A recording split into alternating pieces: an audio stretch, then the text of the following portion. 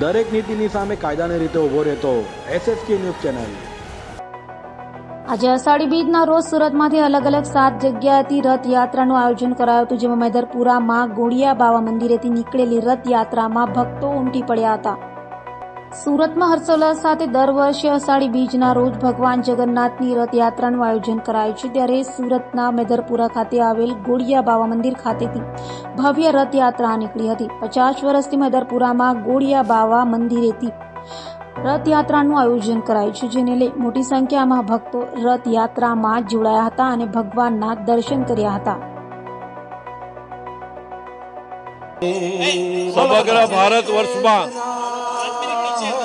ભગવાન કૃષ્ણના જન્મ પછી જે પરંપરા થઈ, જે આપણી સંસ્કૃતિ, જે આપણી પૌરાણિક, જે આપણું સનાતન ધર્મ, અને એમાં અષાઢી બીજનું મહત્વ સમગ્ર કચ્છ જિલ્લો આજે જ્યાં સંસારમાં રહેતા હોય ત્યાં કચ્છી ભાઈઓ આજનો એમનું નૂતન વર્ષ અભિનંદન। હું આ તમામ કચ્છી ભાઈઓને નૂતન વર્ષ અભિનંદન પાઠવું છું। સાથે સાથે સમગ્ર ભારત વર્ષમાં જે સૌથી મોટી જગન્નાથ યાત્રા પુરીમાં, અમદાવાદમાં, અનેક શહેરોમાં, મહાનગરોમાં, પૂરા હિન્દુસ્તાનમાં આજે ભગવાન કૃષ્ણ, બલરામ, સુભદ્રા જે રીત રિવાજ, જે પરંપરા છે કે નગર ચર્ચા માટે નગર યાત્રા કરે છે અને એમાં એ નગરના જનોને આશીર્વાદ આપે છે।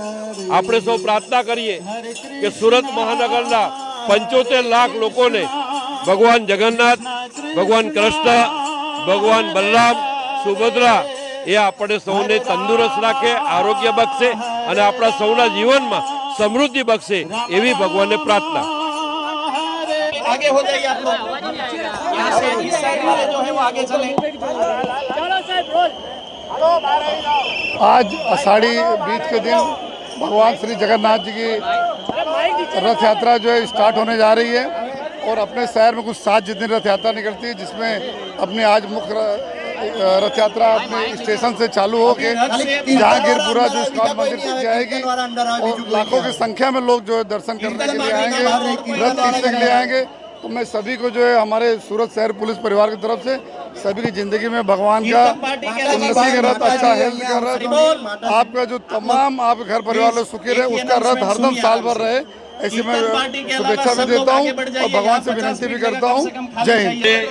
આજે સુરતની અંદર ઇસ્કોન દ્વારા હરે રામ હરે કૃષ્ણ પૂરું સુરત ગુંજી રહ્યું છે, ત્યારે સાક્ષાત ભગવાન સુરતની અંદર નગરચર્યા માટે નીકળ્યા છે। ત્યારે હું સુરતની એ સમૃદ્ધતાને સુરતના લોકો માટે, પૂરા બ્રહ્માંડ માટે પ્રાર્થના કરી રહ્યો છું કે ભગવાન દરેકને સુખ પ્રાપ્ત થાય।